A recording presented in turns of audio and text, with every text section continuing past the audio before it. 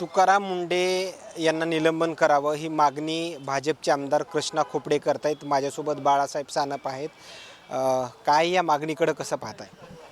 नाही, खरं जर बघितलं तुकाराम मुंढे एक सक्षम अधिकारी आहे आणि नो भ्रष्टाचार। राज्याच्या मुख्यमंत्र्याचं एकच म्हणणं आहे, महाराष्ट्रामध्ये भ्रष्टाचार थांबला पाहिजे, भ्रष्टाचार झाला नाही पाहिजे। राज्याच्या मुख्यमंत्र्याची स्पष्ट भूमिका आहे। जरी भाजपच्या आमदारांनी खोपडेने मागणी केली तरी राज्याच्या मुख्यमंत्र्यांनी कुठले समर्थन केलेलं नाही। तुकाराम मुंढे हे सक्षम अधिकारी असल्यामुळं ते कदाचित त्यांची स्टाईल आहे ते काम करण्याची। त्यांना खोटं बोलणं, त्यांना बोगसपणा करणं, त्यांना बोगस बिलं काढणं हे नाही चालत, नियमाला धरून चालतं सगळं। आणि ते एक सक्षम अधिकारी असल्यामुळं त्यांना कसल्याही प्रकारची त्या गोष्टीची अडचण वाटत नाही।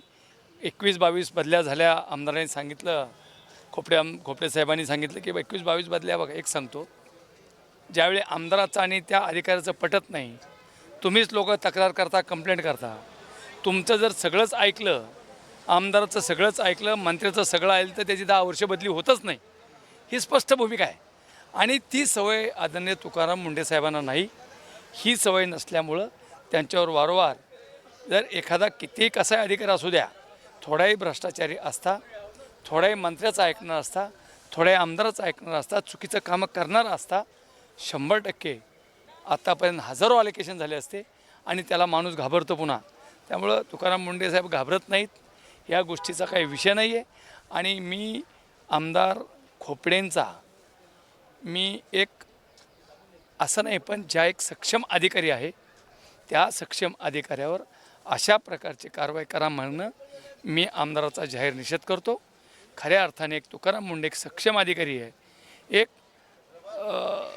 म्हणजे राज्याच्या मुख्यमंत्र्यालासुद्धा माहिती आहे की हा माणूस फ्रॉड नाही, हा माणूस म्हणजे भ्रष्टाचारी नाही।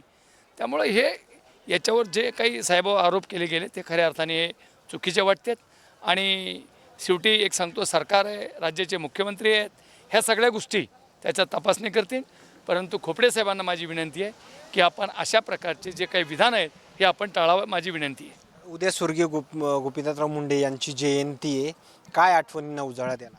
नाही, सगळ्यात महत्त्वाची गोष्ट एक आहे, खरं जर बघितलं, आज मी नागपूर विधानसभेमध्ये विधान भवनात आलो होतो।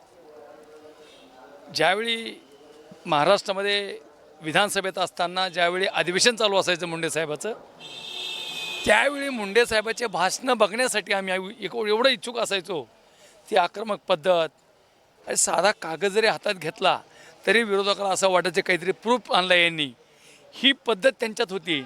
आणि महाराष्ट्रामधल्या जनतेला असं वाटायचं की साहेब काहीतरी घोटाळा करतायत आणि समोरचा माणूस ॲटोमॅटिक बंद व्हायचा, बोलणं त्याचं बंद व्हायचं, साहेब चुकलं असेल तर माफ करा असं म्हणण्याची भूमिका तेव्हाची होती। आणि मुंढे साहेबांनी विधानसभा असतील, लोकसभेचं अधिवेशनसुद्धा खूप गाजलेलं आहे। त्यामुळं आज मी विधान भवनात आलो होतो।